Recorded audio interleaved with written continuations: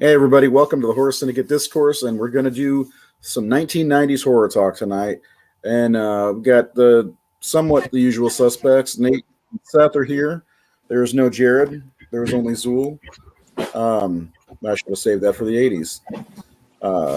Anyway, we'll power on without Jared. So if you're here, comment. Let us know what your favorite movies are from the 90s. Let us know what you think of our countdown, our list put together from the four of us. I will show images. We will put comments up on the screen. You know the deal. Subscribe to the YouTube page, of course, if you want. If not, so how's everybody doing tonight? We've got Seth Pliskin still. That's okay. Yep. How you doing, Seth? Can you still hear me? Yeah, can you hear me? Yeah. We were having some Your audio here. I got to plug into the internet again. Hold on. Say something nice about your day.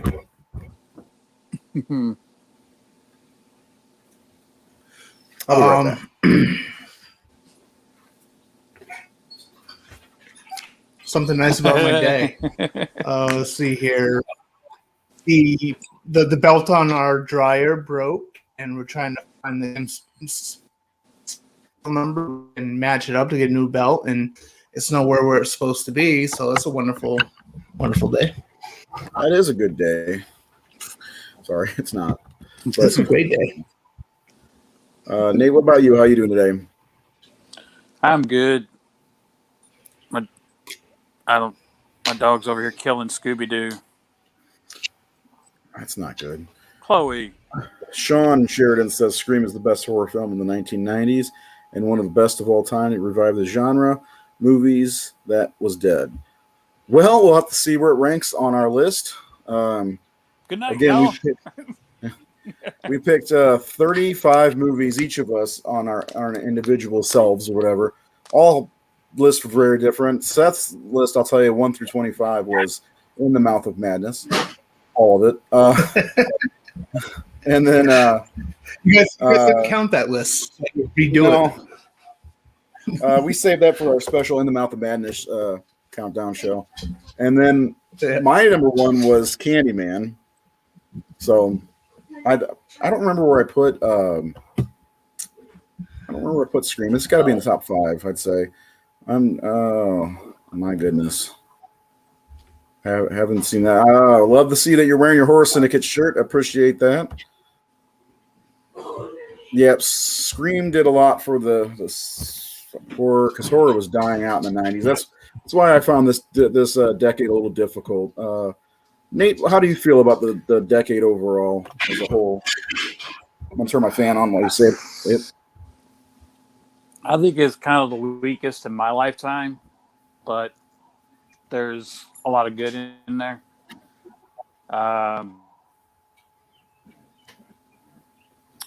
Scream, brought it back, make money still, because I think they had stopped thinking that, because they kind of wore it out in the 80s and then took over to the thrillers in the early 90s, and then all this independent horror movies like the Quentin Tarantinos and the Kevin Smiths and all that stuff was where the money was going towards low budget cinema. The Scream came out. Miramax owned the 90s, really, and Miramax was the ones putting out those movies like the ones I mentioned, the Pulp Fictions and the Clerks, and then Scream came out. So they were just nailing it all the way through the 90s. And whether you like the stuff that Scream inspired in its wake, I think it's as this list shows, we've got some really great films on the list. But out of the 70s, 80s, and the 90s, 2000s, 90s is probably my least favorite of those 5-6 decades I've lived in. So whatever it is. So yeah, I think that's another list we should do. Rank the decades of horror. I mean, because that's always a question. I wonder which is the strongest, which is the weakest, and yeah, I think the 90s may be one of the weakest overall, because even though like the 50s didn't have very many, there's some strong movies, and the same thing with the 60s. It's all about the impact that like Rosemary's Baby and Night of the Living Dead and Psycho made versus quality. It's quality, not quantity. Maybe you just haven't got past the sniffing butt stage. Anyway, we're going to start off with the honorable mentions first before we move on to the actual list. So if you see the top 10 honorable mentions, that means that's 35 through 26, really, right? Wouldn't you say, Nate? Yeah, pretty much. Yeah, pretty much. I am sharing this this stream. So give me 1 second, and then we'll go ahead. That's the one bad thing about StreamYard is I can't share beforehand. I guess I could. I don't know. Anyway, so number 10 on the honorable mention list for the top 35 of the 90s, I guess, is Sleepy Hollow from 1999, I think, is when that came out. Yeah. Good movie, fun movie. I thought of it as nothing more than just a fun movie and not really a horror movie until I got a little bit older. And we're not going to get into that, but did enough talking about that today. Well, yeah, I mean, Sleepy Hollow, beautiful art direction. I just love the atmosphere and the little town of Sleepy Hollow. And I love Johnny Depp's choices in playing Ichabod. Like he said, I played him like a prepubescent girl. That's what he said. He played him like. So just that he was the headless horseman. All this stuff. I don't know. I enjoy that film. It's got a great cast. But I just love like the atmosphere. I love like in the very beginning when you're going into Sleepy Hollow and you see like the scarecrow with the jack-o'-lantern head and the corn stalks and the setting that they use, that old small New England village. I've always loved the Sleepy Hollow legend, and this was written by was that Kevin Andrew Walker, who wrote 7 and 8mm. So I like that. I think it's one of Burton's better later films. Yeah, because his early career was probably some of his best work. And moving on to number 9, we've got Sleepy Hollow. No, we read the same thing. House on Haunted Hill is number 9 on our honorable mentions. I didn't think anybody liked this movie. I loved it because it was a remake of somewhat of a classic. I don't know if it's a classic or not. Do you guys think House on Haunted Hill is a classic, the original? I do. I love that one. I do too. One of my favorite Vincent Price movies. I mean, it's corny as shit, but Vincent Price's performance in it is just so great. Like, I don't know, there's something cool about that movie. And I liked the remake. I thought it was really good. I thought, it's different enough too. Yeah, and and even like 13 Ghosts, I'm surprised that one because usually that's the more popular one, which is on our list. But that whole William Castle remake thing that was going on, I mean, it was cool. I mean, both of those movies are pretty decent. I got a chance to work with William's daughter, who was part of getting those films made, those remakes. She had her dad had a lot of stuff that he had never gotten to make, and she turned them into novels, kind of ghostwriting for him. And I did some book covers for those books that she put out. Yeah, so I liked The House on Haunted Hill. It was it Jeffrey Rush? Yeah, and he kind of plays Vincent Price. Yeah, a bit. Yeah. And of course, you got Jeffrey Combs playing the crazy doctor. And, Jeffrey Combs is great. Yeah, I like that. Yeah. All right, moving on to number 8 of the honorable mentions is the 1990 Texas Chainsaw Massacre 3, or Leatherface Texas Chainsaw 3.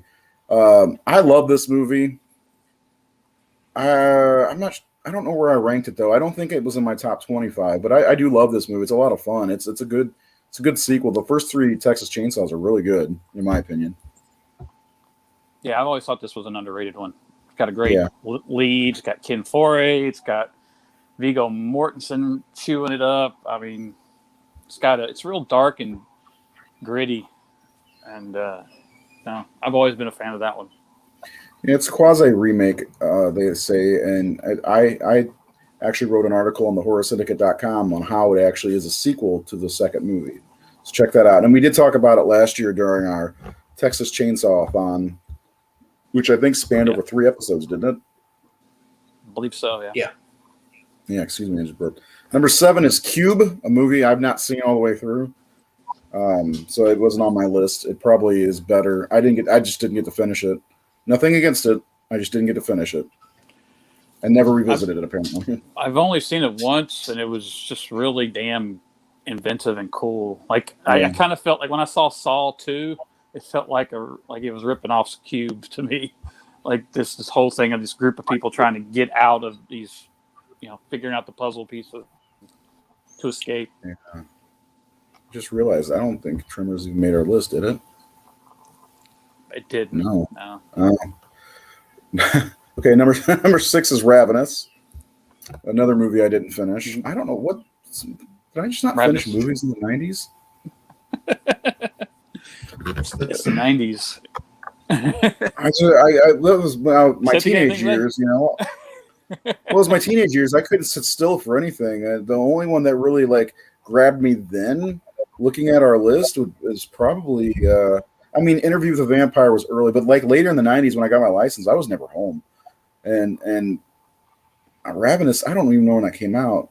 But I remember my mom watching it, and I was like, this looks cool. I watched about a half an hour of it and bounced and never went back to it. Came out in 99. Yeah. It's a damn good film. I think it's a movie I was introduced to Guy Pearce with, I believe. But you got him, Jeffrey Jones, and Robert Carlyle playing basically Alfred Packer. And, it's a really cool take on the vampire mythos in many ways, because it's a cannibal film. It's one of those things where, you get power from the blood. We're all gone. We all disappeared for a minute. That must have been on your end. Would you define Cube as torture porn? I couldn't tell you. I think it's a precursor to stuff like Saw and Hostel, stuff like that. Yeah. All right. Is there something wrong with the stream today, or is it? I'm confused. I know people had trouble with YouTube the other day. I don't know if that's still a thing. Anyway, yeah, I'd like to watch Cube. I think there are 2 of them or 3 of them. I'd like to sit down 3. and watch those movies. There's 3 of them. And eventually Ravenous, because I do like the cast of Ravenous, and it looks like my type of movie. So those are definitely a couple that I need to visit sometime in the future. There's too many movies. Knowing you guys, there's too many movies I haven't seen that I need to see. And there's not a lot of horror movies set during the Civil War. It's a really cool, setting and time period for a horror film. Mm-hmm. I like to watch. I know it's a good one. Number 5 is Dead Alive, Peter Jackson's movie, or Brain Dead. I'm kind of surprised it didn't make it higher, but then I realized it wasn't on my list at all. That's why. Yeah, it's one of the. I'm sure people are cussing us out right now. It's like the ultimate gore film. But that's the kind of gore film that I'm not usually a gore guy, but because it's so inventive and wacky and funny, I think that's the best way gore is used and stuff like this and Evil Dead films. And Dead Alive it's just one of those, what the fuck? Whoa, type of movies. That's the movie you put on with your buddies and just lose your mind watching. Yeah, I used to get this and Evil Dead That's confused with insane. each other for some reason. But not anymore. All right, so number 4 is Interview with a Vampire. I actually saw it in the theater in 1994. I used to get. What? Say that again? What's going on?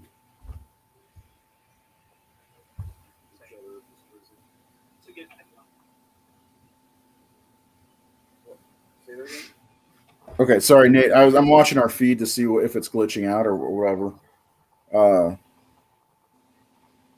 And then right when I try to watch it, we're silent. Okay, sorry, Nate. I'm watching our feed to see if it's glitching out or whatever. Can you guys hear me? Okay. I can. Okay. It didn't look like it's glitching over here or not, but we also got quiet right whenever I started looking at it.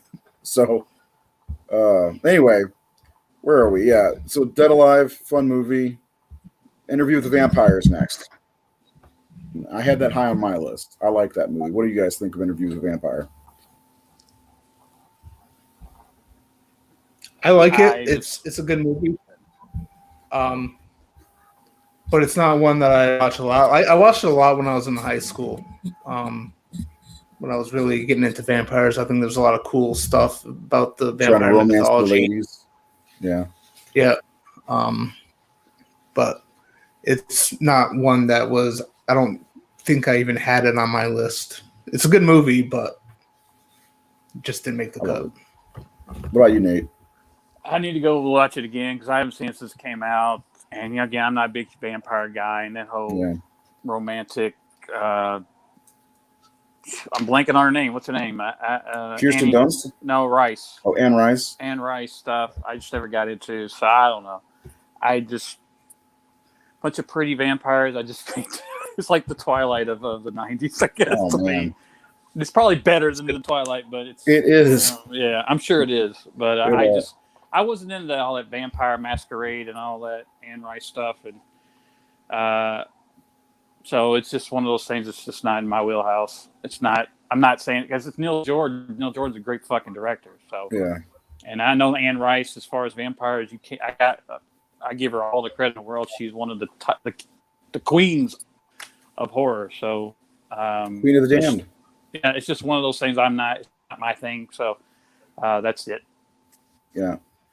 Speaking of vampires, Blade is number 3 on our honorable mentions list. I didn't put that on my list because I don't consider it a horror movie, but other people do. And that's okay.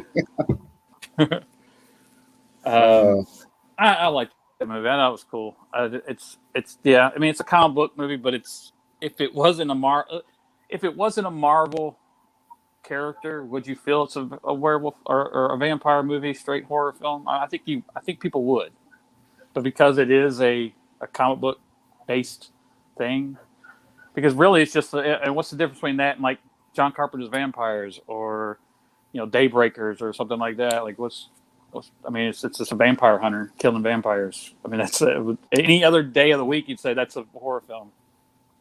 Yeah, probably. Yeah. But yeah, knowing that it's a comic book, I have trouble with that. Yeah. And the comic book Blade, it's not a horror comic. I mean, Tomb of Dracula, where Blade came from, was, I guess. Anyway. Yeah. This is another one that people don't like to put on a horror list. Is number 2 on our honorable mentions is The Sixth Sense. I don't understand why this one's not considered a horror movie when ghosts are generally horror movie material. What's the problem here? I like it. I like The Sixth Sense. I always have. I just introduced my daughter to it a couple weeks ago, and thank God she had no idea the twist. Like it hadn't been ruined for her. So, and she's really sharp and she's really smart. So it was so fucking good. I think people have forgotten how good that movie was because of the downfall of M. Night Shyamalan. Like once he became played, and everybody's like, "Oh, fuck that guy." I think people forgot how good that movie was and why he was as famous as he was. It is still a good. I mean, you got Toni Collette and Bruce Willis and little Haley Joel Osment is unbelievable. Yeah. And he. And that shot, when I looked over, when it's revealed that he's dead, and I looked over my daughter, I mean, and then I said, now you get that joke in 50 First Dates, because she had watched that. Remember that movie where Drew Barrymore keeps forgetting every day? And it was her birthday, and she watches Sixth Sense every night. And so every time, like her and her dad and her brother have to watch it with her every day because she doesn't remember. So when she like freaks out, when they find out, they have to act like they're freaked out, but they've seen it like 200 times. That's the one thing about endings like that has. It's like you can only watch it so often. Scott Montgomery asks a consensus on Innocent Blood. I just bought that on Blu-ray. I have no clue. Never seen it. I've never seen that. A funny thing about that was a buddy of mine. To Tom Savini and said, "You know what my favorite movie is? Innocent Blood." And Savini started laughing his ass off. Yeah, I hear that all the time. I plan on watching that. Here's Sam Lombardo reveals his list of top 25. Here's the first batch. Children of the Corn 3 is on there. Interesting. Ernest Scared Stupid is on there.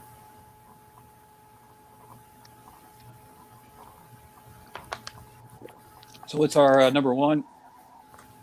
Oh, I'm just taken aback by this list. Hold on. Number one honorable mentions is The Exorcist 3, which I think is an underrated movie. It's very good.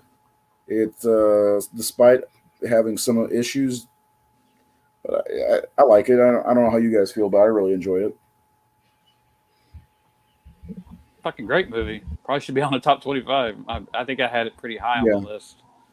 I mean, William Peter Blatty directed, who's a really good director. He doesn't like he did like that, and The Ninth Configuration are both great films he directed, and this movie has one of the great jump scares of all time, and and people talk about that jump scare all the time, and just the George C. Scott and Brad Dourif. I mean, fucking great film. Really doesn't get enough.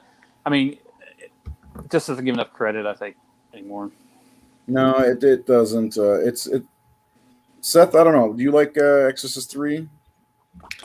I think that stands, in my opinion, on par with the first one. Yeah, it's good. I think I think at the beginning, I remember my mom saying when the trailer popped up on TV, she's like, "There was a second one," and I'll never forget that. You know, I didn't know. I had no idea what The Exorcist was at the time. I was like 10. And then, you know, I saw this years later. I was like, this is really good. And people like I knew in the horror circles back before the internet would trash it, but I always thought it was pretty good. Oh, look at that. Luca cannot stay. So let's dig in. You ready to dig into the 25? Let's do it. All right. Yeah. Number 25 on our list is Audition. And we're going to cover Seth up because this is his audition. Take it away, Nate. This is not on my list at all. Yeah, Ray was not happy that this ended up on the list, but and this is not the kind of movie that everybody's going to dig. Takashi Miike was introduced to me through Itchy the Killer. A friend of mine was obsessed with that movie. And I didn't love Itchy the Killer, but I went to my video store and I saw Audition, and I saw it was the same director. And so I rented it. And this movie just if you don't know what you're getting into, it feels like it's about a widower whose son is like, Dad, you got to get back out there and play the field and meets new women. And he doesn't want to go through the whole dating thing because he's in his 40s, 50s, or whatever. And he's just like, I don't want to put up with that. And so a friend of his is a movie producer who's like, hey, I could stage a fake audition, and you could just basically audition women to be your possible mates, you know, and that's what he does. And he kind of falls for this quiet, timid girl that is the wrong girl to fucking fall for. And it's like, but if you watch the first hour of it, you would be like, oh, this is like a, you know, nice little drama, romance movie. And then it just turns left. Borderline silly too. If boom. You think about it. Yeah, it turns left. And when you get to that when you get to the end, the third act, it's just like, holy shit. Like my wife was just watching, we were watching something and they had a clip from Audition. She's never seen it. She's been meaning to watch it, and they just showed the part where, you know, the whole torture part, and she's like, holy shit. I'm like, yeah, that's Audition. That's Takashi Miike. Because, like, this is the guy, like, that Masters of Horror, his episode couldn't be aired on Showtime because of how extreme it was. Yeah. So, and this guy's just a workhorse. He's made over 100 films in Japan. He's a legend in Japan for sure. He's a legend. He's like the Tarantino of Japan. I think I heard people call him that, even though he's done a whole lot more. He's in Hostel. You know, he's an icon, and this is considered by many people his best film, possibly as far as horror goes. I think like 13 Assassins might have it beat. But, I think it belongs on the top 25 of the 90s. I think probably does. I mean, I watched it. It was one of those revered films. You know what I'm saying? Like, you get these movies that have this reputation, and when I saw it, I was like, all right. You know, it's like movies get overhyped for me, and then that kind of ruins, you know, like there's another one recently that was really hyped up, and I'm like, whatever, that wasn't very good. It might have been Mandy, actually. But yeah, I mean, the end is, I honestly prefer the setting up. The father-son relationship was really good. I like the whole audition process because that was borderline silly in my opinion. The way they cut it together and filmed it and everything. It was almost like a comedy at that point. That torture stuff where she's just doing the needle like click, click, click, click. I don't know. That just didn't do it for me. I guess I don't know. Seth, did you ever see Audition? Nope. It's on Shudder if you need to see it. Anybody who has not seen it, it is definitely on Shudder. Joe Bob just did an episode on it. I agree, though, Nate. It's one of those movies that is highly loved in the horror community, and it probably does, regardless of how I feel. I mean, on the top 25 somewhere. And check it out. Judge for yourself. See what you think. Yeah. What I say? Huh? We get a comment. Yeah, it's. I didn't want you to see it. It's Mandy was a rough watch. But anything with Cage in it, I like Nicolas Cage. Oh man! So number 24 is. I love this movie. It does not belong on this list anywhere, honestly. But I love this movie. Yes, it does. I got to meet Melinda Clarke in 2019, and she was fucking crazy. But Return of the Living Dead 3, it may be the first Return of the Living Dead movie I saw. And it was so weird. And seeing her get all like she had to numb everything with pain to numb the hunger, I guess. And she looks so cool. It's just not a good movie. I love it though. I don't know why I slept on that. I saw that film when it came out, and I just didn't think anything of it. But over the years, as I got into the horror community and doing shows, I saw this like just passionate love for this film, and I was like, "What is the deal?" So I went ahead and bought it to watch it again, and I just fucking loved it. And I went, "Wow!" Like, not only was it really entertaining and unique. But I get why everybody was in love with her. I was like, holy shit, I'm like way too old right at this point. Yeah. But like there's something about her in that movie that just was so, I don't know. She worked on me. She was sexy even as a zombie. Come on. Yeah, there's something about her. Maybe it's my Shirley Manson obsession. This is our grunge zombie movie, right? Yeah, it is, yeah. I love it. It's the second best of the series, which isn't saying much because the second movie kind of rehashes the first movie, and then the other two are kind of just bullshit. But I don't know. I love Return of the Living Dead 3. Seth, anything to say about that? Or are you just priming up for In the Mouth of Madness? Yeah. No, I'm with you guys. I love Return of the Living Dead 3. It's kind of weird that they went straight horror. It was almost like the polar opposite of the second film. The second film went a little too far into the comedy side. Yeah. And the third film went a little too far into the horror side, but it's great. I think it's very, very cool film. I love watching it. So I think it deserves to be on the list. Okay. I feel better then. We'll move on to number 23. One I haven't seen in a long time, but Nate talks very highly of The Prophecy starring Christopher Walken. Seth is nodding his head. Go ahead, Seth. You start off. Oh, I love I love the first three Prophecy movies, but especially the 5. Whoa. Yeah. Only Christopher Walken's only in the first 3. Yeah, but the first one is really, really good, and I would recommend it if you haven't seen it. Yeah, I fucking love this film. Like, it was so different. Like, just the idea of what Elias Koteas says about, did you know in the Bible when God wanted to punish someone, he sent an angel to do it. He goes, would you really want to see that creature? And talking about there's a war in hell or a war in heaven between the angels and the cast. I mean, Virginia Madsen and Elias and Eric Stoltz and Christopher Walken and Adam Goldberg and Amanda Plummer. It's just and my favorite Satan on film period, Viggo Mortensen as the devil in this film, is his scene. I just fucking love it. And in fact, when I auditioned for a similar type character in my new film, Kevin Roach came in to read for my Freddy film, and he didn't really have a lot of dialogue in my film, so I was like, I gave him Vigo's scene from that movie to read. He didn't know it, but I just gave him the script. I said, read this scene. So, like, if anyone hasn't seen this, I highly recommend checking at least the first one.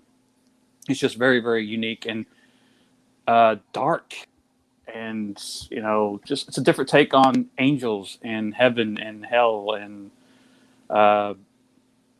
it has just have a fantastic cast. It's a good film and funny too. Christopher Walken has to use he needs minions to kind of help him on Earth, so he can get suicide people, like people who've tried to kill themselves, to be his slave on Earth. So there are people who just want to fucking die, but they're having to be this guy's servant, this angel's servant. So it's just a cool film. They made 5 of them. That's crazy. Yeah, it's I don't think available I've on seen HBO all of Max. them. I've not seen any of them. It's available on HBO Max and Tubi and a few other places if you want to check that one out. Meanwhile, we're going to move on to number 22, which is, I think, a really good movie. Well, first, let's see what this comment says. Jennifer Head, she says, Gabriel's overarching character progression over the 3 movies was awesome. Yep. Seth seems to agree. Yep. I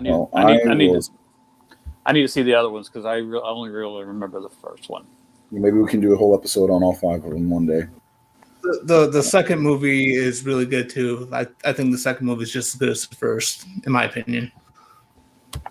The Prophecy 2. When did that come out? I don't remember. What good are you? 98. No good at all. Oh, both of them are available on HBO Max. So number 22 is Lord of Illusions, the Clive Barker film. I think this was the last movie he directed. Am I wrong? Yeah, it is. I think. Yeah. Damn fine movie. Really good setup at the beginning. I like this more than Nightbreed. Yeah, I like this more than Nightbreed also. Me, I like it more than Nightbreed. Yeah. We can finish each other's sentences, apparently. Yeah. Yeah, I mean, Nightbreed has its place and everything, but I think this is a better movie overall. I think it's got a better cast. I mean, it's Scott Bakula, Scott didn't do a lot of movies, and this is one of his best films, Mm-hmm. He's really good. And then what's the guy that played the magician? He was in Peggy Sue Got Married. Kevin J. O'Connor. Yeah, he was in The Mummy also, right? I've always liked that guy. Apparently my favorite movie.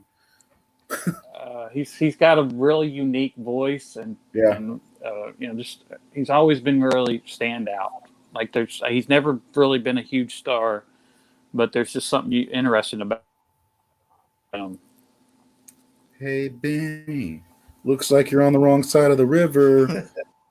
Number 21 is Child's Play 2. Sorry, I apparently have multiple copies of The Mummy and The Mummy Returns, Brendan Fraser. I don't know why.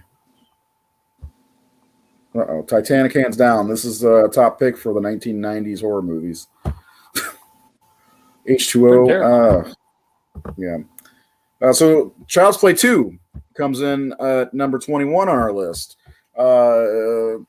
This is borderline the best Child's Play movie. I mean, the first one is probably the best, but this one's a damn good follow-up to the first movie.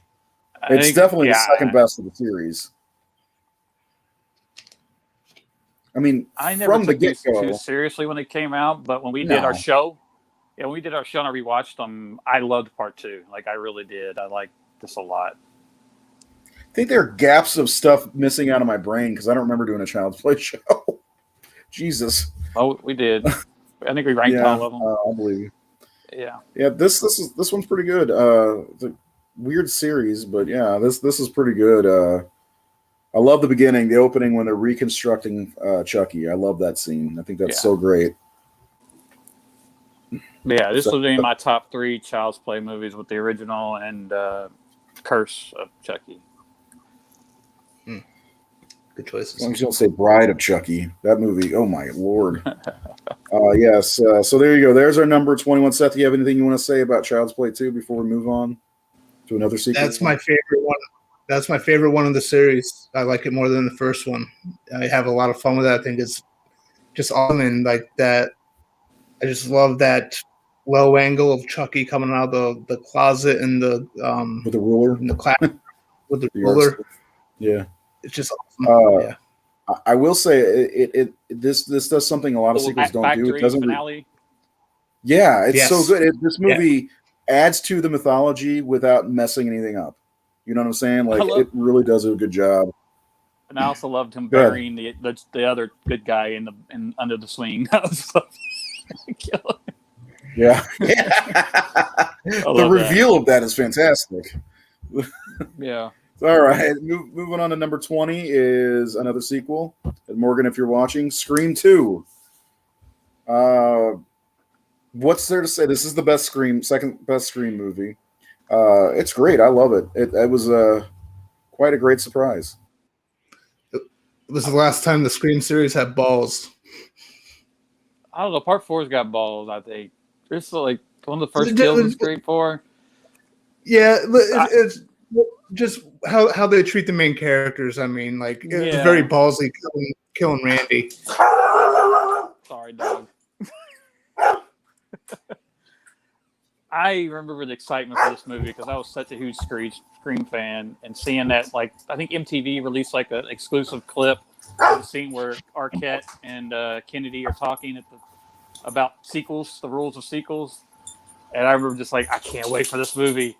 I loved it. It has a great soundtrack, great cast. I loved like the whole Cassandra finale.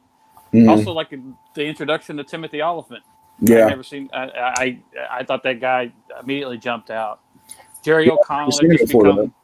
Yeah, it was just the opening is fucking fantastic at the theater, and the stab thing, and with Jada and Omar. Plus, it borrows from Freddy's Dead, using the mother as the killer, or the family roots. It's borrows from Freddy's Dead. I mean, one of the greatest Nightmare on Elm Street movies, and the number one on our list. Oh. And I like the shit. I forgot. It has one of the most intense scenes in the franchise, which is the scene when the cop car crashes and they have to crawl through the window when he's knocked out. Yeah, that's a good scene. Yeah, it's a really good scene. Yeah, everybody had to be like, "Oh my god, is she gonna make it?" Yeah, and then doesn't the horn go off at one point too? I mean, your dog sounds like your dog agrees with us. It just wants to get its 2 cents on. I'm not going to assume gender. Chloe says is awesome. Yeah, Scream 2 is a great sequel. I mean, I mean the weakest sequel is the third movie in my opinion, but I mean I can sit through and watch all 4 of the Scream movies, and whatever is coming next, I'm sure I'll enjoy. It has no pronoun. Number 19 is Event Horizon. Nate says he's not an Event Horizon guy. I thought this was one of the scary movies of the year it came out, was it 97 or 95? I don't remember offhand. 97. Was it 97? Because the movie before this, For Your Guy, was In the Mouth of Madness, right? Yep. Sam Neill. It's a good movie. Good movie. I was surprised by it. I have trouble with sci-fi and horror, like for a long time, I would say, "Oh, Alien is not a horror movie," but Alien's a straight-up horror movie. This is too. It's very terrifying. I think I have a problem with calling separating genres. I remember digging it, but I never went back to it. This is Paul Anderson stuff, right? Yep, his best one. Yeah, it's his best movie. I'm not a big fan of his at all, but that's easily his best film. Yeah, that's easily not wrong. Yeah. It's a good movie. I mean, I suggest people should give it a shot if they're. I used to be back when I was a really when I would shit on movies in my youth. I used to call Paul Wright shit the WS. Paul Wright shit Anderson. Oh. Sorry. Oh. That's okay. That's whatever. I think I like Event Horizon for what it is. But it was one of those ones again that were one of the scariest movies of all time, and I was like, come on. And they're still doing that shit. Number 19, let's move on. No, number 18 is Nightbreed. It's all you, Seth. I'm not a huge Nightbreed guy. You and Jared. Yeah, Jared's I remember we tried to do a show on it, and I think I was the only one that was actually interested in talking about it. I love it. I love all the creature designs. I love the story. I'm just a huge fan of Nightbreed. The director's cut. It's very close, but I think it actually improves upon the short story Cabal. But it's really cool. A lot of cool mythology to it. Personally, it's my favorite Clive Barker movie, but so let's move on. Yeah, we're gonna have to move on. You're throwing down things that I'm not liking the sound of. Favorite Clive Barker movie. We haven't even gotten to the 80s yet. Come on, Rawhead Rex. Don't forget about it. Anyway, I mean, Nightbreed's not bad. The creature designs are cool, and there's some cool things, but I don't know. It gets kind of blah for me at that points, I guess. But whatever. Watch our episode on it.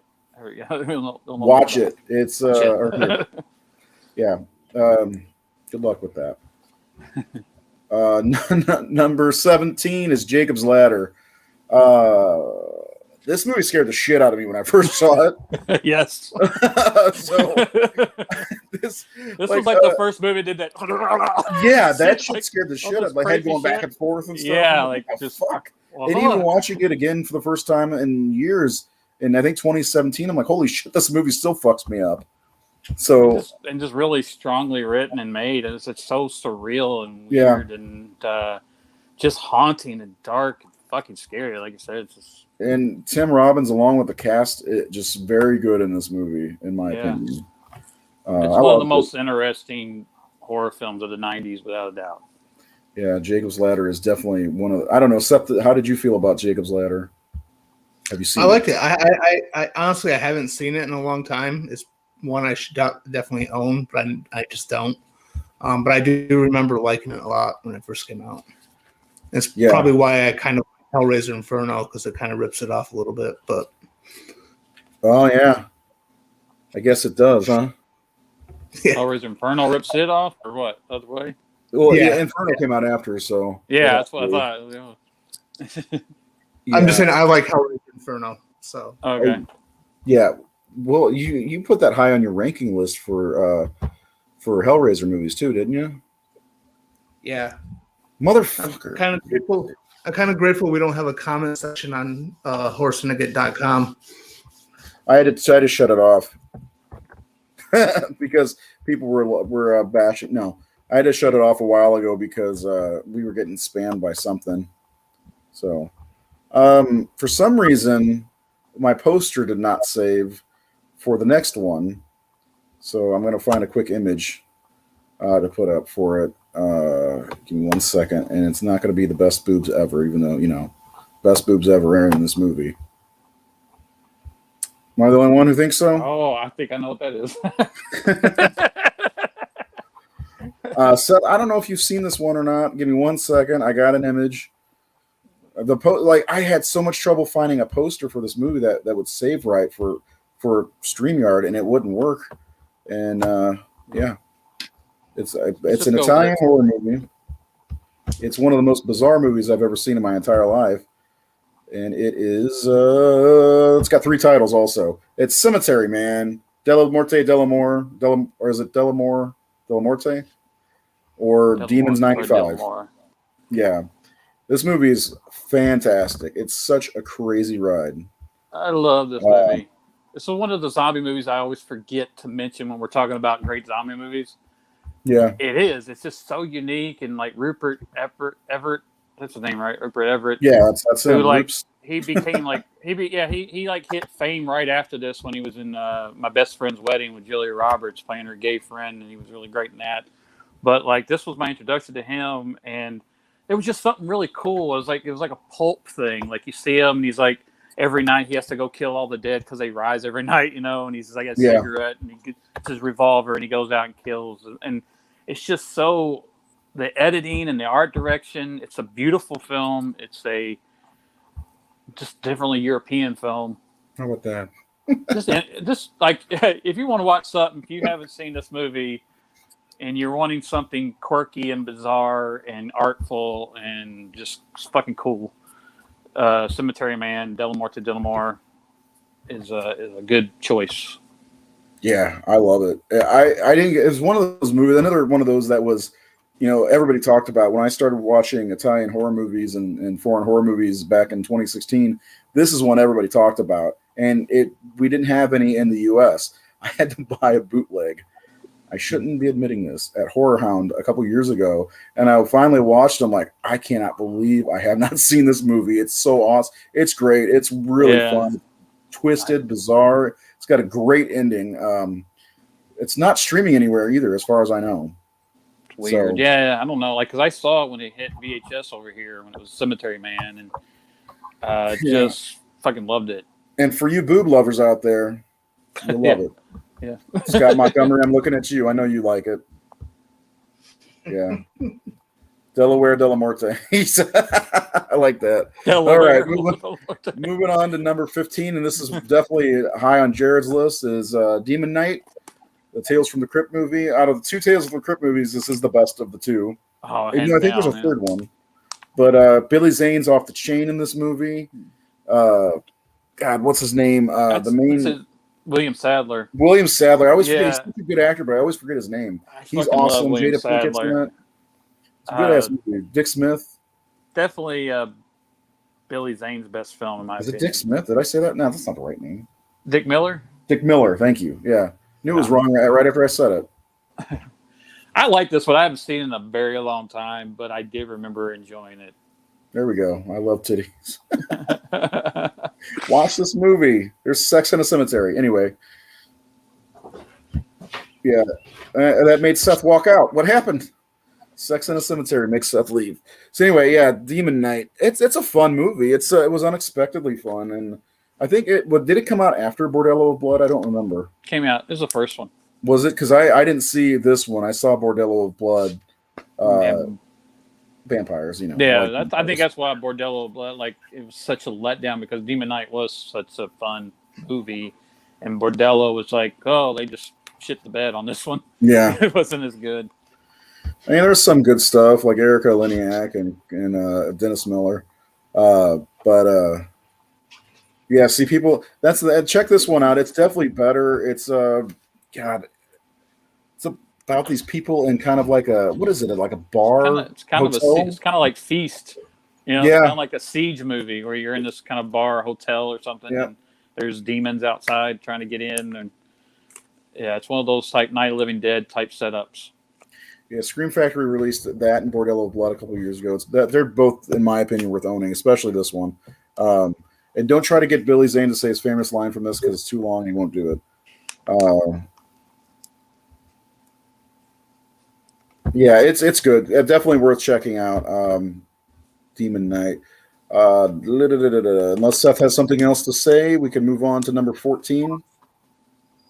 I'm a big Tales from the Crypt fan, so I love it. Yeah, Tales from the Crypt as a whole is a fantastic series. So, number 14, The Blair Witch Project. I think this should be higher on the list. Should be in the top 10. Yeah, I agree. Yeah, this is in my top 5, I believe. I think, yeah, me too. Just fucking love this movie. We did a whole episode on this too, didn't we? Yeah. Well, we did the whole series. Yeah, it was just such a different film. I mean, people want to talk about Cannibal Holocaust being there first or last broadcast, but I didn't remember Cannibal Holocaust being a found footage type movie. This movie was like, hey, we found this footage and these people are dead or missing, and this is real. And the whole marketing behind it, it was just so fucking different and unique. And I felt like I was watching home videos and home movies where I knew I was watching a movie when I watched Cannibal Holocaust. It was just a movie. This movie was totally different, and I don't know. I just always loved this. I admire it so much because it was made for peanuts and took the world by storm. It's cool to say that the Blair Witch Project sucks, but I mean, it's a ballsy type movie. rewatchability is where it fails. That's agreeable. That's why I wait 3 or 4 years before watching again. But like going into the theater, as I mentioned before in our show, watch that episode. It's on YouTube. I thought it was real going in. You know, that was one of the big selling points. And I'm a person, and me and Seth both are fans of the sequel for sure. I know. I think you like this one too, don't you, Seth? Yeah, I like all 3 of them. Blair Witch 2 as a guilty pleasure. Yeah, fuck it. Fuck guilty pleasures. You love it. Who cares? Don't need to feel guilty about loving something. All right. So number 13 on our list is a movie that kind of surprised me a little bit, but the trailer got me, like Paint It Black was in the trailer, Stir of Echoes. It was a remake of Paint It Black, the song from the Rolling Stones by Gob redid it. Is it Gob or is it Job? Or is it Gob? Job. Anyway. Is it Job? I don't know. Anyway, I loved that, and then I was like, I need to see the movie, and the movie is really fucking good. One of Kevin Bacon's best, in my opinion. Am I the only one who likes this? No, Okay, there you go. I'm a fan of this as well. Yeah, it's I haven't seen it in a long time, but I remember it being really solid. The thing I remember most about this film is it coming out after Sixth Sense, and everyone thinking it was just a knockoff. It's like, this is based on a 1958 like Richard Matheson novel. It's like, no, they didn't steal it from Sixth Sense. You know, it's like movies like 40 years older than the Sixth Sense was, or 50 years older. So yeah, I think it's strong. I need to watch it again because I haven't seen it probably in 15, 20 years. So it still holds up, in my opinion. I'm sure it does. I remember it being good. Seth loves it too. Yes, I do. Actually, I thought it was it's superior to the Sixth Sense in my opinion. I like the story better. Yeah, I in some ways it is. I like watching Kevin Bacon's kind of descent into madness, even though he's right, you know, and some of the things with the neighborhood. It's really good, but I think where the Sixth Sense maybe would beat it out would be that reveal at the end of the Sixth Sense. Because you're lying if you said you saw that coming. Not you guys, but everybody else out there. I hate when movies are slightly similar and one of them gets dismissed for coming out second or whatever. It just pisses me off. Like, this is stupid, but like, I love Observe and Report. I think it's one of the funniest fucking movies I've ever seen. Yeah, you like, got me to watch that movie. I'm like, come on, this? Paul Blart Mall Cop came out before it, and everybody's like, it's another mall cop. It was like, no, this is totally different. It's like fucking Taxi Driver is a comedy. It's like, I guess it kind of is. I can see that.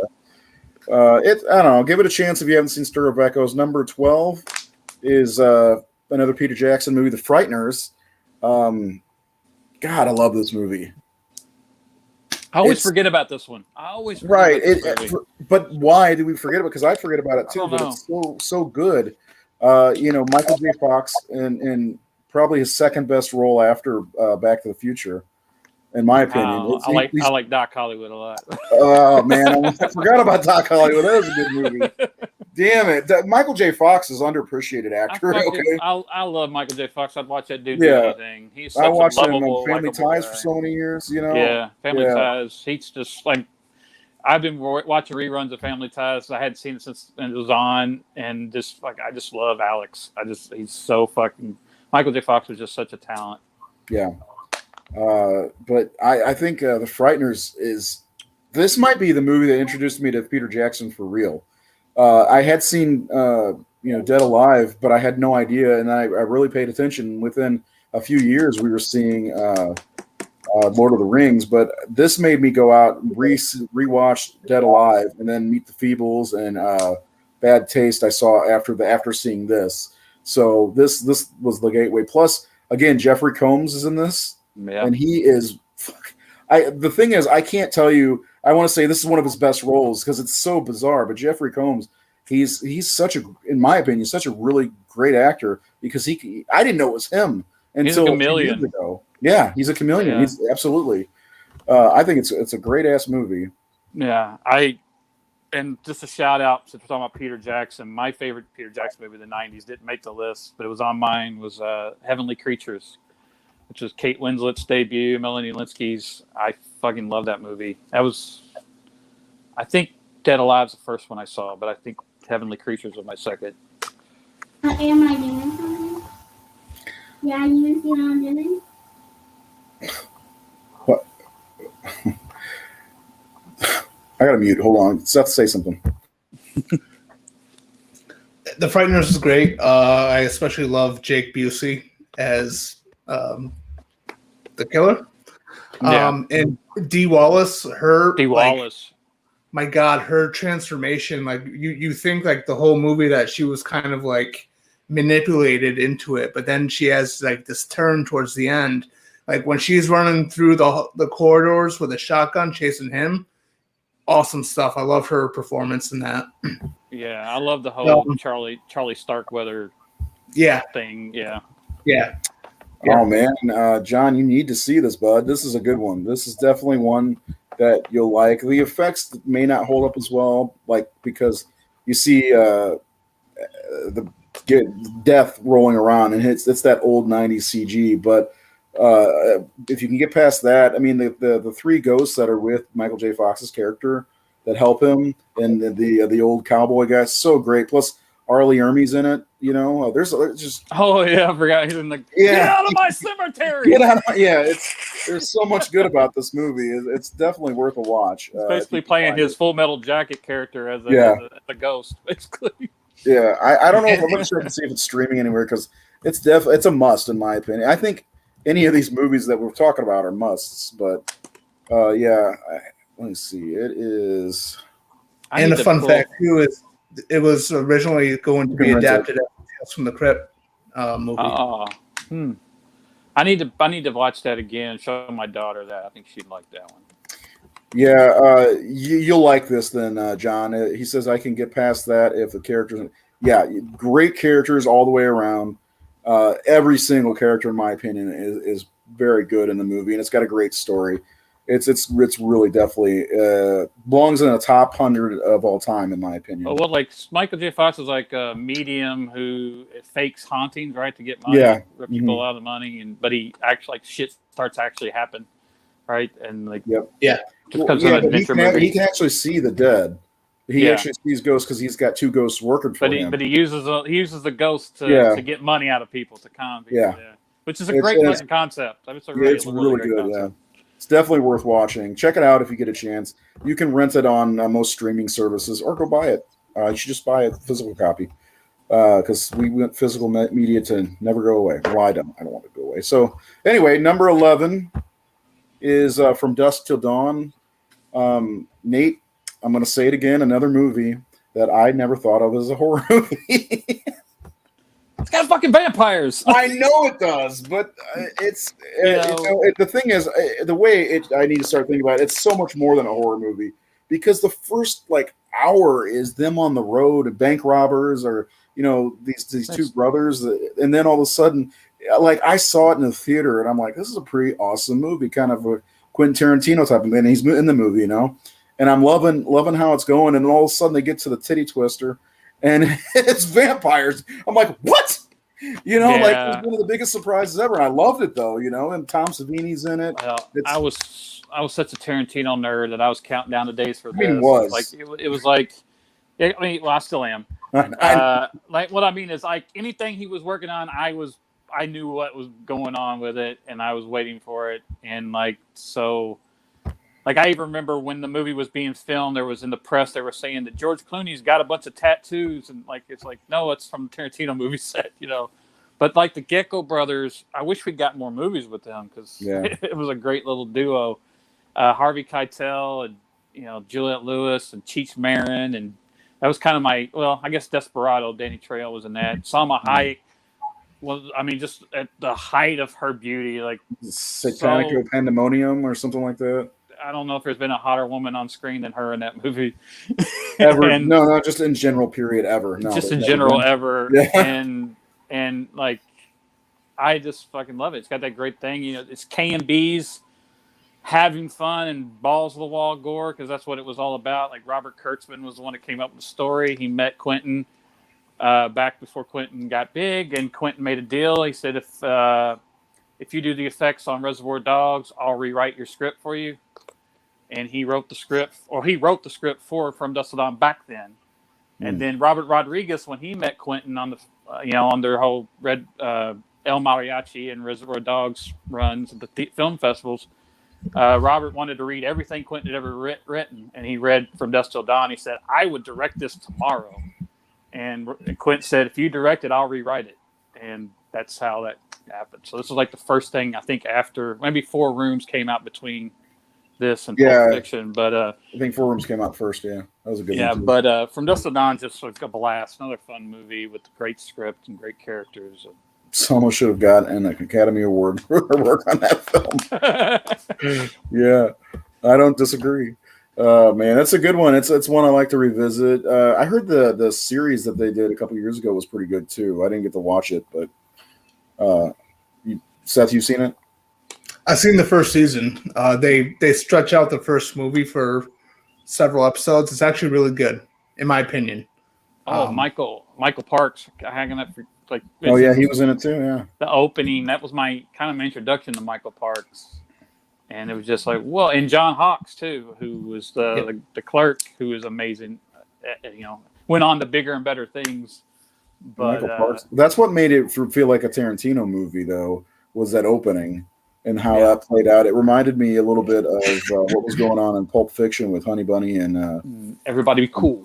Yeah, be cool. I mean, it's got a great soundtrack with like the ZZ Top and the Blasters and like just cool shit. Another thing is George. This was something we never saw George Clooney do anything like. I mean, he was in Attack of Killer Tomatoes or whatever, but like we were used to seeing him. Like I saw him on Friends right before this.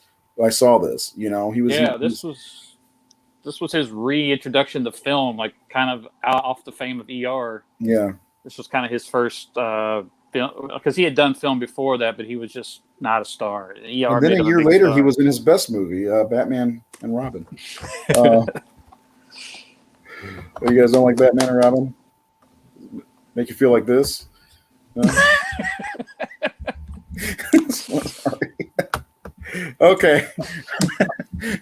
Number 10.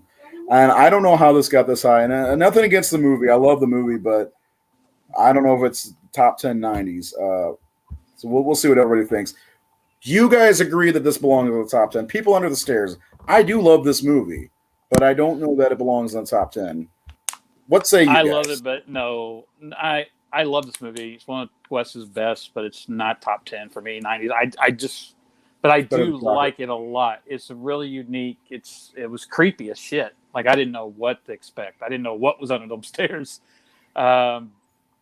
Just really quirky stuff. It was really cool to see African Americans in the leads. Like it was just something you didn't see.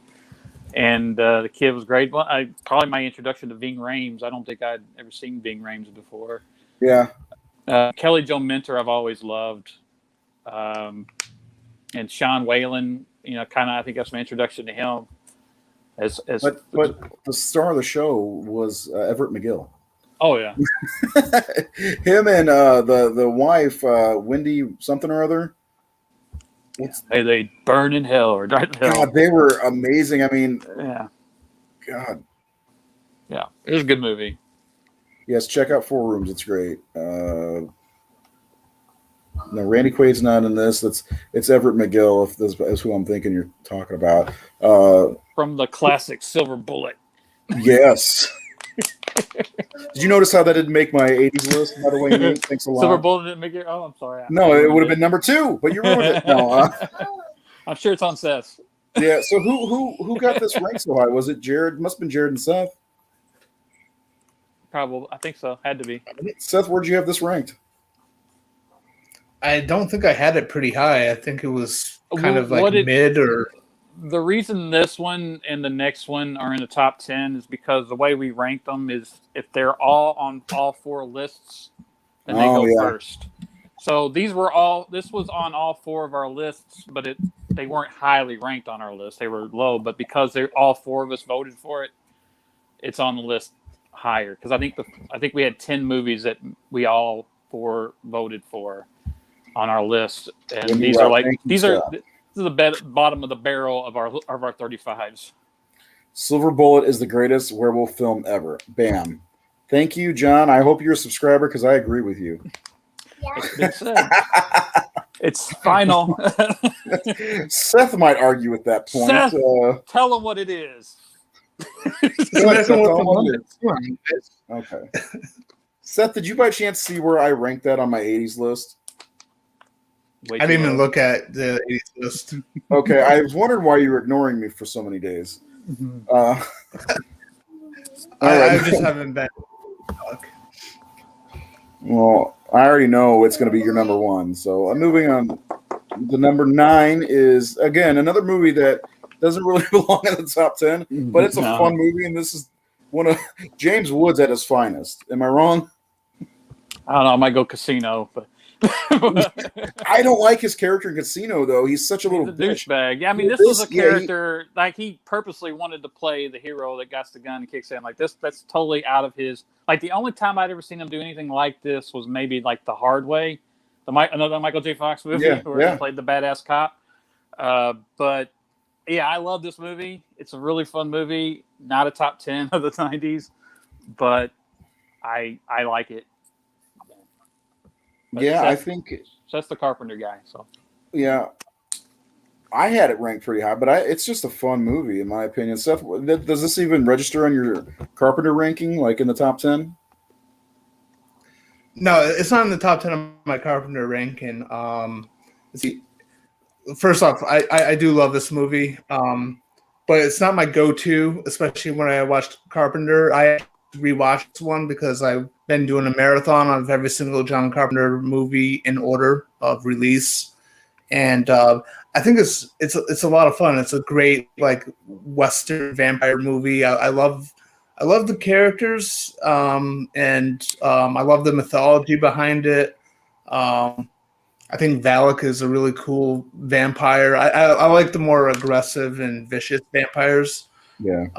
So I really like that. It's just a really fun movie. It's not one of my favorite Carpenter movies, but I do love it. So. John Carpenter, yes. My go-to Carpenter movie is Prince of Darkness. Just saying. Good choice. Silver Bullet. I think that would be number 2 too. Okay. Helena says Silver Bullet is number 2. All right. Oh, stop. Basically. So you're saying it's she just called it? She said because number 2 is poop. No, because whenever you poop, it says it's called number 2. That's okay. Thank you for that. Well, you made Nate's day. James Woods in Casino. He was Sharon Stone's pimp boyfriend thing. Her ex-husband. It was that she couldn't quit. Vampires is my number 1 horror all time. Bear in mind, Cruel Intentions is my number 1 movie taste. Taste is subjective. Phantasm probably of all time. Phantasm's a good movie, and Prince of Darkness is great. Yes. We're on a 90s show, guys. Yeah, we're doing an 80s show soon too, so we'll get there. And Phantasm will get there too. So 1990s, Night of the Living Dead is number 8. This is one of the best. We should do a top 10 remakes show, shouldn't we? Or have we? I'm drawing a blank. Welcome to Top 10 with Horace Ennigett show. Yeah, I love lists. You love lists. Seth loves lists. Come on. Anyway, yeah. Night of the Living Dead. Tom Savini directed. We're live. Can you be quiet? You already embarrassed me once. No. Anyway. Yeah, we did a whole episode on this both of them, right? Yeah, we did. It was Night of the Living Dead versus Night of the Living Dead in 1990, and it's just a really good remake. Great characters, a great switch for Barbara. I love it. I'd watch this more than I watched the original. Yeah, it's a great movie. I love it. It's definitely in the top 10 remakes in horror. Yeah. Seth says, I think you said Night of the Living Dead is your favorite horror movie. Is that right? But you like this one, right? The original Night of the Living Dead is my second favorite horror movie. My second. I like this. I like this remake, but I I don't think it's as impactful as, especially with the end. I like what they did with Barbara and all that, but we've talked about this. So. Yeah, we had talked about this. The episode is there. I think we did that in February. Number 7. And this is another movie that might be underrated. It's Wes Craven's New Nightmare. Why is it underrated? Because everybody thinks Dream Warriors is the best sequel. But this clearly is the best sequel. It's great. This movie, I don't know. Like, I went and saw it with 3 friends when it came out in theaters, and I was the only one who loved it. They all hated it. And I don't know. It's one of the most creative horror films. Like, just the concept of it. And it's easily one of, like, Wes's 3 best films, in my opinion. Like, there's just, like, the level, like, where he had gotten and his skill. This was, like, maybe the best film he had made, directing wise, filmmaking wise, at that point. Even though I love Nightmare on Elm Street, the filmmaking level that he was at on New Nightmare was on another plane in some ways. Like, it really was like he was ready for Scream, you know. Mm-hmm. Like, it was. I don't know. I just fucking love this movie. It's just so unique to see, like, Heather and John and all them play themselves, and Wes, and to bring that into it. It was just a really interesting, unique, what do they call it, meta film. Yeah, it's a great movie in so many ways, and not what I expected when I rented it, because I had to rent it. I mean, they did a great job in closing the door on Freddy with the fantastic Freddy's Dead movie. But to open it back, this movie did surprise me in many ways. I love Heather Langenkamp as an actress, and it's a shame that she didn't get to do more, and maybe that was by choice, but, like, I loved her in this versus the original movie, where she was actually one of my heroes growing up. But this showed a lot of reality to herself, and she even said, I think she had a stalker at one time. So Wes played with some reality from her life with this. Plus, they were able to integrate an actual earthquake that happened while shooting into the movie, which I thought was really cool. Some great callbacks, like dragging the babysitter up the wall. It's a really good movie. And Robert Englund was off the chain in this movie. Oh, Hansel and Gretel theme going through. And it's a great movie. But part 2 is one of the best sequels ever. I like where your head's at, John. Never seen Night Living Dead. Nightmare 3 is, yeah. We did a Nightmare show also last year at the end of the year, so that's on our YouTube channel. Heather plays victim in Shocker. She's on a gurney. Yeah. All right. Yeah. Anything you want to say about New Nightmare, Seth? It's good. I like it. Okay. It's no Dream Master. That's all I'm going to say. You know what? You're absolutely right. That's my comfort movie. Number 6 is Bram Stoker's Dracula. This was one of my wife's top 5 favorite movies of all time, and I watched it a lot over the course of our marriage, and I love it. Gary Oldman is fantastic, regardless of what's on his head. But when he plays the younger Dracula and he's trying to seduce Winona Ryder's character, Mina, it's very good. Great effects. I liked it. Also, my birthday's highlighted in there in Matthew Harker's journal. Is that right, Matthew Harker? I'm having problems today. Jonathan Harker, yeah. Jonathan Harker. Yeah, so in Jonathan Harker's journal. So yeah, anyway, it's good. Yeah, really my favorite Dracula film. Is it? Yeah, I Gary Oldman as Dracula, fuck that. It's just fucking awesome. And it's like I love the bat creature and the wolf creature and all this stuff. Like, it just has so much going on, and just Coppola's choice to use, like, old school filmmaking, and, you know, Hopkins as Van Helsing, and, like, and, you know, I mean, its only wink link is, you know, of course, Keanu Reeves playing Jonathan Harker is almost laughable with that accent. But yeah, other than that, the movie is just really gorgeous. And I don't know, it's just, I didn't love it when it came out. I grew to appreciate it more and more as I watched it as it went on. God, Montgomery, you kill me. It's a good movie. it's also, according to Cinemassacre, the most faithful to the novel, and he did his whole ranking show of ranking every Dracula movie that has come out, like that was based off of the Bram Stoker's novel. Anyway, Seth, anything you want to say before we move on to your next one, your favorite? Good movie, great score. Love most of the cast. Yeah, it's a really good movie. The end. The end. All right. Well, this is the end all be all for Seth. In the Mouth of Madness at number 5. Seth, go ahead and tell us how mad you are that it's not number 1. Well, it's really hard because what's coming next is they're very strong. It's got very strong competition. This is personally my favorite John Carpenter movie, and this was on my list as my number 1 horror movie of the 90s. I think it's a lot of fun, really inventive. I love the story. I especially love Sam Neill's performance. This is, in my opinion, this is my favorite Sam Neill performance that I've seen. I know a lot of people go to Jurassic Park, but have you seen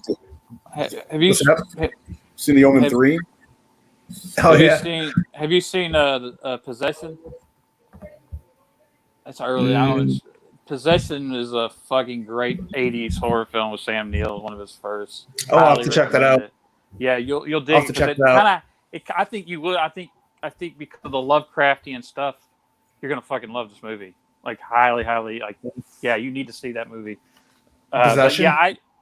Possession. I do really like In the Mouth of Madness. I've always considered one of the top 10 of the 90s. It's definitely John Carpenter's best film of the 90s. Oh yeah. It was so creepy. It was just a creepy fucking movie. Mm-hmm. Yeah, I rented this and Lord of Illusions on the same day and watched them both back to back. So I used to get them mixed up, but once I figured it all out, I love this movie, and I'm not a Jurassic Park guy, so seeing this before Event Horizon or most of anything else with Sam Neill, so this was the one that really caught me, and I really like his performance in this movie, and the way the movie starts off is so good.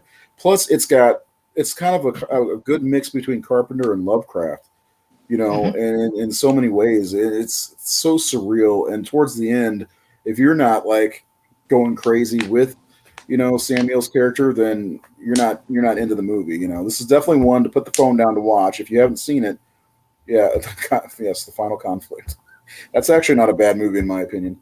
But yeah, In the Mouth of Madness is deserving of the top 5 in my opinion, for sure. I can't remember where I put it on my list. I think I was going to keep it as number 4 on my list. I was going to make it like 38 just to piss Seth off. But you son of a bitch. No, I'm joking.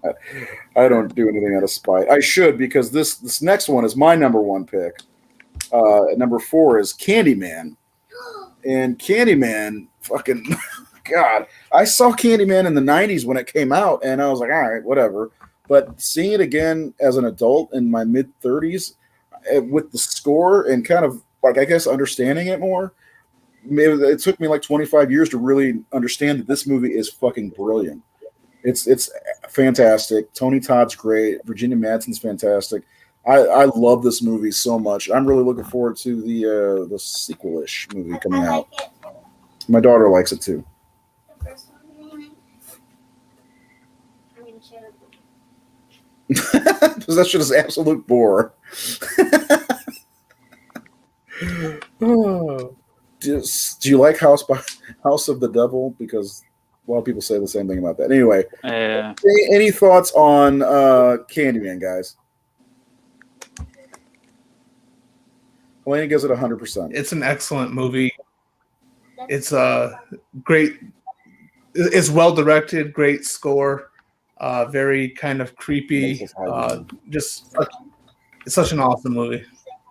Yeah, it's really, really good. Nate hates it, apparently. There's nothing to say about it. No, I don't hate it. No, I read comments. No, I like Candyman. Candyman, like you, I didn't hit me when it came out. I liked it, but I didn't it didn't become like one of my obsessions or anything. But yeah, when I revisited it maybe 10 years ago or so, it's like, damn, this is really good. It is. yeah, I dig it. Yeah, I've always loved Virginia Madsen. I've always liked her. she's really good in it, man. Yeah.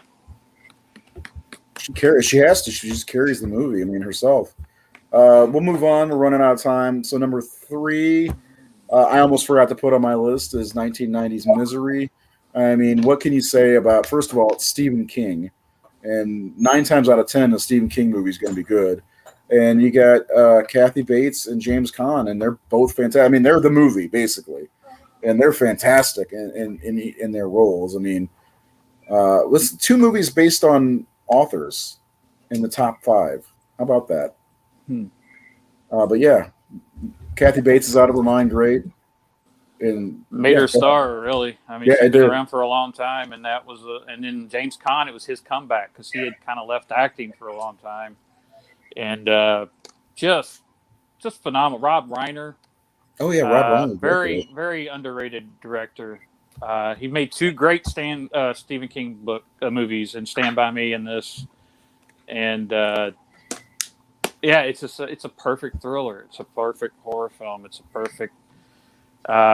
With a real life nightmare. I mean, the whole obsessed fan, the Stoker thing is when someone loves you and your work so much, it has this kind of love affair with something that you have no aware, and then you meet that person, and I mean, it's a terrifying film. And Indigo finally makes an appearance. Seth, anything on Misery you want to add to it? Oh, I absolutely adore Misery. I think it's such a great movie. Great acting. You know, the scene where she makes him burn his own manuscript as a writer. Oof, that's tough. You know, I love that movie a lot. I'm glad it made it this high on the list because it's a fantastic movie. And I also think it kind of has something to say too about, you know, fandom wanting you to do the same thing over and over and over again. And if you try to do something different, they'll make you burn it. Yeah, You know? that was exactly the thought that when you were talking, it was like, that's it. We're seeing this shit now where everyone's trying to control the creators and say, you need to cater to me, motherfucker, or it's shit. And that's what we get the attitude of the internet. Cock-a-doodle. Come on. Yeah. And it's like, no, let the artists tell their story and do their work, and don't expect them to keep doing the same shit over and over and over because it becomes stale and they get bored. And yeah, fucking great. Yep. Misery is great, and so is Silence of the Lambs, number 2 on our list. This is straight up horror, regardless of what anybody says, right? Yeah. It's a great movie overall. I think I'm getting to the realization that some of these movies that are borderline, like some people say this is borderline, it's because it brings elements of drama and thriller, all these different subgenres into the one, but it's overarching. It's horror. This movie pretty much put the death knell in slasher films because Hannibal Lecter and Buffalo Bill were. You didn't need the fantastical anymore. You didn't need a dead guy walking around with a mask. You didn't like these guys were chilling, and the whole serial killer craze and the thriller thing inspired. But Silence of the Lambs it's an Oscar winner. It's like horror came to the mainstream. Like it was respected. Like this B movie in some ways it could have been is like the best film at the Oscars. Like this. And you've got Anthony Hopkins becoming a star. He was about to quit, I believe. He was like, all right, I'm never going to make it in America. You know, even though he'd done like Elephant Man and shit like that, like Magic and all. Like, this movie was his arrival, really, as far as being a mainstream hit. And it made Jodie Foster big. I mean, she had done The Accused the year before and got an Oscar for that. But this movie was like, she was the biggest actress in the world after Silence of the Lambs. And Scott Glenn. Yeah, Scott Glenn, and my introduction to Ted Levine, who was just it's just a fascinating performance. We did an episode on this movie as well, which was one of my favorite episodes because we really got to dig into Lecter and Buffalo and their psyche and the psychology of serial killers. That's one of my favorite episodes we've done because of this film. in many ways, this movie is like Jaws to me because it's more than a horror movie. It's a little bit of everything. But I know I love it, and I forget that's Scott Glenn that plays her superior. I always forget that's him, but it is. Seth, any words before we move on to number one? Anybody have any guesses for number one? Please leave it in the comments. Silence of the Lambs, fantastic movie. Bam. We talked about it just last right there, show on it. Yeah, it was good. I liked it. Very good movie. Definitely worth watching, and it is a horror movie. So who's ready for number one? Who's ready for the P of the countdown? Number one's P since Helena brought up poop. Anybody have any guests before we unveil our number one? Morgan, do you have a guess? I know you're out there. They all know. They all know. Oh, man. It's a Scream, baby. It's a Scream. Scream. It's Scream. Scream is our number one of the 1990s. Not surprising to me. When I made the list, I knew that regardless of what I picked and where I put it, I think Scream deserves to be number one. And I think I had Scream at, I think I just looked and I can't remember already. My mind is a turd right now. It was the unanimous winner. It was my number one. It's number two for me. Yeah, I think number two. I think it was like, I think total, like between the four lists, it got a 7. So like a 1 and a 1 and a 2 or whatever. I don't know. But it was, this movie, like I said, horror kind of hit a lull in like 89 to 95 for me. And then Scream came out and I went and saw it opening night in 96, midnight movie with my brother-in-law. And I came out of there at like 2 a.m., 2:30 a.m., like fucking charged. Like, oh my God, this was such an entertaining movie. It was a love letter to slasher films, all the movies I loved. It had that kind of Tarantino dialogue thing going. It had the whole meta, the thing, like these characters are aware of horror culture and like talking about the town of dreaded sundown and prom night and just the cast, like the whole cast were just great.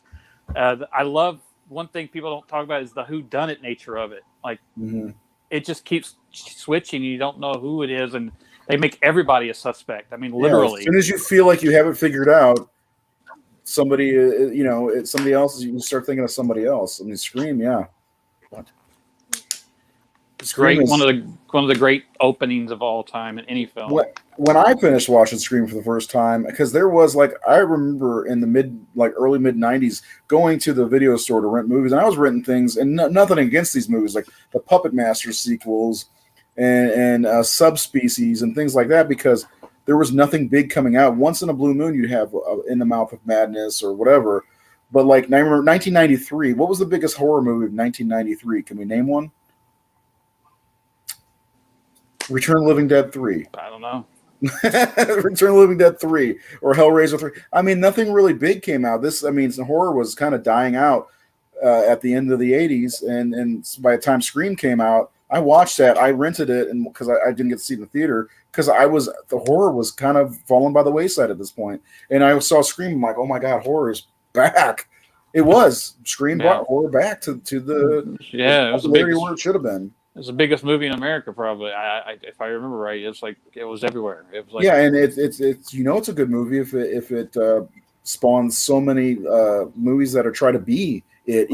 Even the Halloween franchise tried to be Scream with H2O, and nothing ever matched it. Like all of them were really pale in comparison to it.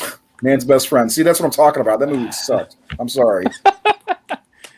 The Crying Game. Crying Game. Like I said, there were no mainstream hits in horror in that time. Yeah, like they were all kind of outside of the. Well, Scream had the sexy cast, with Courtney Cox and Drew Barrymore was the draw, and what happened to her. Scream's a fantastic movie. We did do an episode on Scream. Yeah, we did. Yeah, I believe Sidney Prescott's one of the great final girls, if not my favorite. She's right up there with Laurie Strode and Nancy. You know, she's fantastic, and Rose McGowan. That was my introduction to her, and she was great. She was awesome. Yeah, Matthew Lillard is just fucking awesome. It's him and Jamie Kennedy. Kennedy, and that whole finale with Skeet and Matthew and Nev and the stabbing each other. I mean, the reveal. I mean, it was just this movie, like that whole party sequence. It's just so fantastic. It's like an hour long of just like it's tension and funny and just keeps going. It's just epic. This was like an epic horror film. This was like it just you don't see horror films, you don't see slasher films that feel this big. They're just usually not this epic. And aware. I think it felt like a movie that was made for us because we were horror fans and Randy was a horror fan and they hit the tropes. They talked about Psycho. They talked about The Exorcist. It was all good stuff. The only thing that really bothered me about Scream, if I'm going to nitpick, is where's Skeet's goatee in the movie? I'm just saying. Yeah, that's what Miramax was doing. All their promotions were like not characters like you see the Pulp Fiction promos and like Samuel Jackson doesn't have the Jerry curl wig on and I think there's a lot of Pulp Fiction stuff out there where Sam Jackson just looks like Sam Jackson. Yeah, in a suit, you know. So I think they were like, hey, let's market this thing. I mean that was part of the problem. I mean, it really did kind of hurt up and coming young actors. I mean, sometimes, but they were using a lot of TV actors. This movie, what's funny is like they call it the CW horror movie. It's like CW didn't even fucking exist, you know, like, but not until like 2007, I think. It's like really, I mean, Nev was, I guess she had done that show at this point, but it was not a huge thing. Drew Barrymore was really, and maybe David Arquette and Courtney Cox, of course, was all friends at the time, but a lot of those people were unknowns. And, you know, I mean, Matthew had been in like, you know, Serial Mom and a few things, but, and then you get like the little cameos. Henry Winkler as its principal and Linda Blair and Wes doing his one of the great cameos of all time, dressed as Freddy as the janitor. What you call me? What you call me? Prick. Yeah. I just love this movie. It's one of my top 10 horror films of all time. Oh man, I gotta check my list, but it's definitely in there. Seth, what about you, man? How are you feeling on this one? Scream? Oh yeah, it's a movie that always brings me back to being a teen in the 90s, and it was one of those movies that like everyone talked about it. And I remember when it came to home video, my brother and a couple of friends would ride their bikes to the store to go rent the VHS. I didn't see it in the theater, unfortunately. I saw part of it in the theater. My dad was a projectionist at the movie theater, and he was telling me that this was actually a good one. And I started watching it from the booth. And then it was during the opening kill. And then he came up behind me, and he scared the shit out of me. But it was a fun time. Yeah, and this is Nate left. This is for Scott Montgomery. Since they're a hindrance. Nate left, but whatever. That was our list. So what we're gonna close out the episode since Nate either got disconnected or just bounced. So top 5, I think I can live with that. Yeah. I don't think it made anybody's list, Scott. The Rage Carry 3. I mean, I was looking at my list before, and I'm trying to. I always look to see what of mine didn't make it, and let's see. Bride of Reanimator didn't make my list. Wishmaster didn't make my list. Species, I was surprised, didn't make the list. I thought that was a pretty good movie. Phantasm 3, The Faculty. There's still a lot of good movies in the 90s that are not on our list. One nobody noticed, Army of Darkness is missing from our list. I'm surprised nobody said anything about that. The Craft didn't make the list. I think that's it from my list. Yeah, my top 10 are Misery, Bram Stoker's Dracula, The Blair Witch Project, Della Morte Delamore, Wes Craven's New Nightmare, and Night of the Living Dead, In the Mouth of Madness, Silence of the Lambs, Scream, and Candyman. I have my list handy. So, but anyway, Seth, overall, how you feeling about this list? Not bad. 5 and 1 should have been flipped around, but no, it's a really solid list, and I think there's more. I think there's better horror movies from the '90s than what people give it credit for. People talk about the '90s being a kind of a slump, and I get it on the slasher aspect of it. Scream revived the slasher aspect, but there's a lot of really good horror movies in the '90s. That's why some of them didn't make the list. Stuff like Bad Moon, I would say, is even an underrated movie. But this was I'm fine with this list, really. Yeah, I think there are the night after doing a deep dive and looking at all these different movies. You're right about that. I barely remember Mute Witness. Army of Darkness is a fine movie, but I don't think it belongs in my top 25 for sure. I don't know if it made anybody's top 35.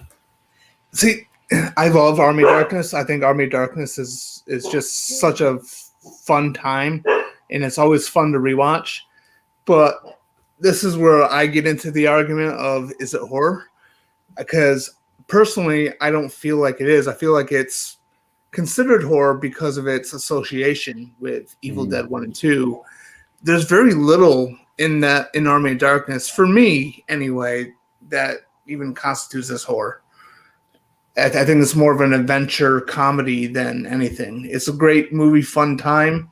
But if you would ask me, if it would play even my top 50 of horror movies from the 90s, it wouldn't, because I don't think it does much on the horror side.